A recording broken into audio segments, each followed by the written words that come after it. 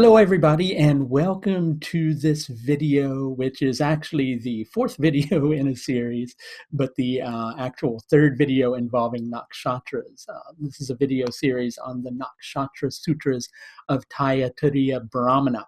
And today we're going to talk about Mrigasira Nakshatra. But before we do so, I want to remind everybody that starting in March, on the 24th of March, I am beginning an extensive course on the Nakshatras. Now, I did a course on the Nakshatras back in 2016, but since then I've developed all sorts of new techniques, and we're also going to include this information from Taittiriya Brahmana on the Nakshatras, along with all sorts of ways to interpret Nakshatras in the horoscope through understanding the strength of planets in the Nakshatras and understanding the strength of the nakshatra as it resonates in the individual's horoscope as well. So, down to the point at hand in talking about Mrigasira Nakshatra. Now, in Taittiriya Brahmana, in the Nakshatra Sutras in Taittiriya Brahmana, Mrigasira Nakshatra is referred to as Invakā. Okay? So, what does Invakā mean? Invakā means diminutive pervadings. So think of pervading. That's, I'm not saying you don't know this, okay? But let's kind of get, really literal and think about these terms, right? Pervading means, everywhere, kind of spread throughout all things. Diminutive means getting smaller. So what's actually happening in Mrigasira Nakshatra is that which is pervasive everywhere is beginning to diminish. So in short, in essence, what begins to happen with the soul's journey through Mrigasira Nakshatra is it's beginning to become somewhat differentiated, right? The initial part of the process was the primal spark. Now that primal spark is becoming more differentiated into a form. As it's doing that, it's becoming more encased in its incarnation, in its material incarnation, you can say within its consciousness. And so it's almost becoming somewhat less aware of its inherent divinity. And so that sense of feeling, that connection becomes somewhat diminished. Now, each of the nakshatras has a nature, and in addition to that is connected to a kingdom. And in each of these videos, if I haven't done it with the first two, I'm sorry, but I'm going to continue to do it with the rest of the nakshatra series. We're going to talk about the kingdom that the nakshatra comes from and the nature of that nakshatra. Now, Mrigasira Nakshatra is a soft and friendly nakshatra. It has a gentle energy connected to it. It also has a friendly energy connected to it. So we can understand that friendly energy as wanting to connect with something, wanting to befriend something, seeing a sense of other, wanting to connect with that, right? And feeling a delicate energy inside of itself that can sometimes also become sensitive. This is also a Mula Nakshatra, which is of the plant kingdom. Now, Mula Nakshatras tend to seek nourishment. So think of a plant.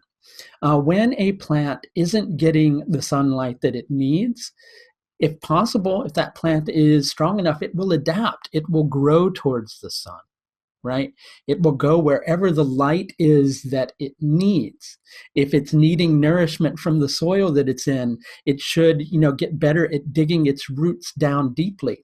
But sometimes when those processes are thwarted, for instance, when there's a planet in Mrigasira Nakshatra that is afflicted, right? Or when the individual is, confronting a difficult Mars in the chart, the individual may be more prone to adapting to things that they shouldn't adapt to, perhaps seeking nourishment from those things that they shouldn't seek nourishment from. And rather than digging their roots more deeply and being firm in their path, instead, they'll adapt to something that is not that helpful for them. And then there's a sense of dissatisfaction in regards to turning to a certain area, looking to feel fulfilled, because on one level, that's one of the things Mrigasira Nakshatra is about, is fulfillment. So they're looking to get fulfilled from something. They're looking to be nourished from something. And so they make an adjustment or adapt to something, and they don't find that nourishment there. And so they then move to a different area of seeking nourishment, whatever that area may be. You know, it might be in relation to somebody's career. It could be in connection with their relationship, anything. It depends on the planet that's in Mrigasira Nakshatra. So when there are difficult associations with this nakshatra, the adaptation that takes place is not always the most helpful for the individual, and it leaves them with a sense of feeling dissatisfied. When there are positive associations with this nakshatra, there is a tendency towards finding greater fulfillment, but there will still always tend to be a sense of a restless urge going on beneath the surface, right? Mrigasira Nakshatra is connected to Soma, which is a name of the moon. And it's also the name of a nectar, which was viewed in the Vedas as being the greatest medicine. And it's that which brings fulfillment, that which brings the bliss of happiness, the bliss of enjoyment, right? So think of the moon and the fact that the moon is called Soma. And what does the moon do? The moon, when it's full, it reflects the light of the sun. Now, the moon is our consciousness. It's our manas. It's our sensory mind. It's our capacity to perceive things in life, and to perceive things, well, we can say correctly in a subjective sense. And that correct perception happens when there's a deep connection to the soul, represented by the sun. And the sun is also the Atman, the soul of everything. So when the moon is reflecting the light of the sun, well, when it's full, which isn't to say that everybody with the full moon is going to have a very positive association with the moon, right? But just generally speaking of the concept, the moon is full of the sun's light. When the moon is waning and losing its fullness, there's often less of a connection of that. And waning moons tend to bring more of an introverted process. So the process of the moon is one where it waxes and wanes. It becomes more connected to the source, and then it loses that connection. And so in terms of Invakā, that really kind of fits with this particular nakshatra, because we have the diminutive pervadings. We're connected to the source, and then we lose our connection to it, or we lose our connection to it through our sensory mind. We're unable to see. So the actual sutra, let's go through the sutra now and kind of talk of each different part. We kind of already discussed the first two parts, but I'm going to go through the entire sutra and break down the first two parts again, okay? So the sutra is Somasya, Invakā, vitatāni, parastat, vayantaḥ, avastat, okay? So Somasya, of Soma, of the moon, right? Diminutive pervadings. So of Soma, of the nectar of bliss, there's diminutive pervadings. And so what do we have? We have this desire to kind of go back to that source, to reconnect. We want that fulfillment again, right?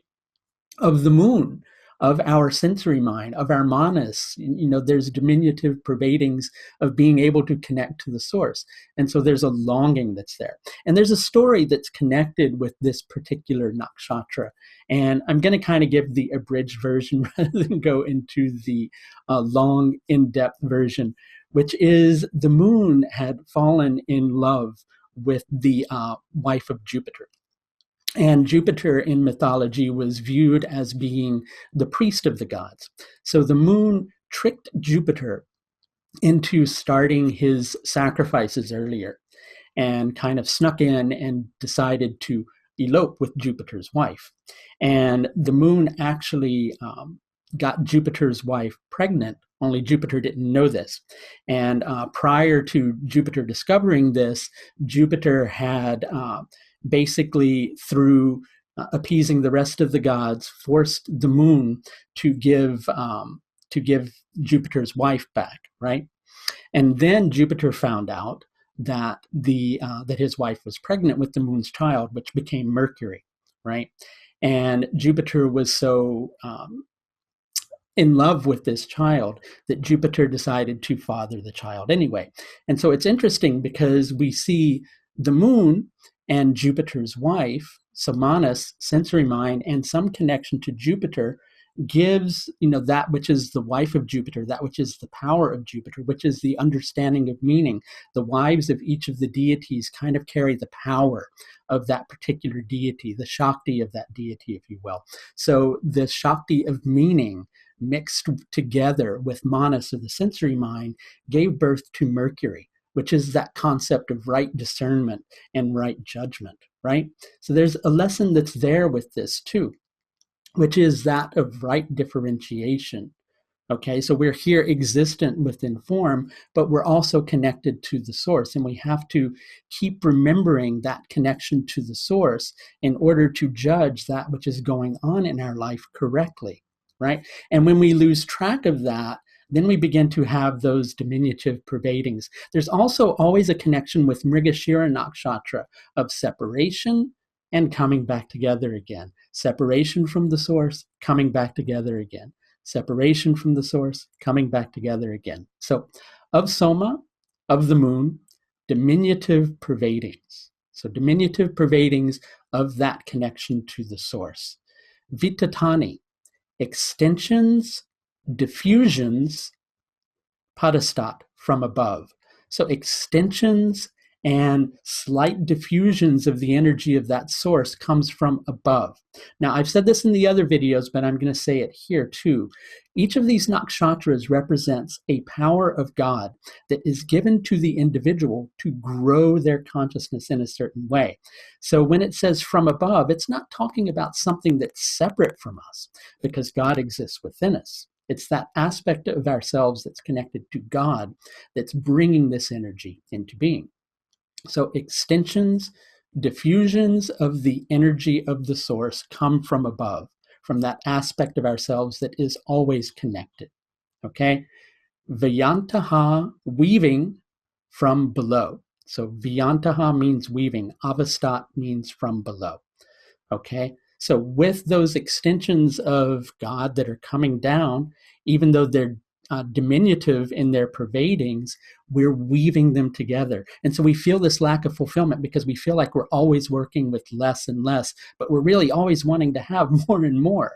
And so it's a soft and friendly plant nakshatra that's seeking nourishment, and it feels dissatisfied. So putting the entire sutra together into a English transliteration, the diminutive pervadings of soma, of the nectar of fulfillment, also of the moon, the diminutive pervadings of moon, our sensory awareness, are diffusions from above and weaving from below. Now, when this is a strong nakshatra, we're feeling like we have more to work with, right? And so we're always trying to make the most of what we have. When this is a weak nakshatra, we feel like we have less to work with. So we're always operating with the lack, and we feel like we're not really able to work things together really well or weave together the fabric of our existence really well. And so that creates a lot of difficulty and dissatisfaction. And then we might adapt to things that aren't really helpful for our situation, right? You'll find people who have a prominent career planet, or maybe even a prominent relationship planet, with this particular nakshatra. There's a sense of never really being able to find any stability or any satisfaction. That is because the true satisfaction comes from the reflection of the to the soul within, right? I'm trying to put it in simple layman terms. So it comes from fulfillment of connecting to the soul within. And when that's diminishing, we have a hard time connecting to that. We have a hard time connecting to the source of what we might need to do career-wise. We have a hard time connecting to ourselves, so it's difficult for us to connect in relationships. We're not able to feel our self-worth, so then it makes it more difficult for us to earn money dependent upon whatever planet is in this particular nakshatra. There's a sense of things diminishing, and we're doing our best to work with what we have in order to bring the level of nourishment that we need. So I'm going to try to make not such a long time in between these nakshatra videos, so please do look for another one soon. And just again to remind you, the nakshatra course that I'm going to be starting, that begins at the end of March, on the 24th of March. You can register now, and you can pay either by trimester or you can pay in full for the course. Those are all listed on my site, and you'll see a link to the page about the course in the video above here in just a moment. That's going to do it for a look at Mrigasira Nakshatra, also called Invakā Nakshatra in Taittiriya Brahmana 1.5. Until next time, please do take the very best care of yourself. Bye now.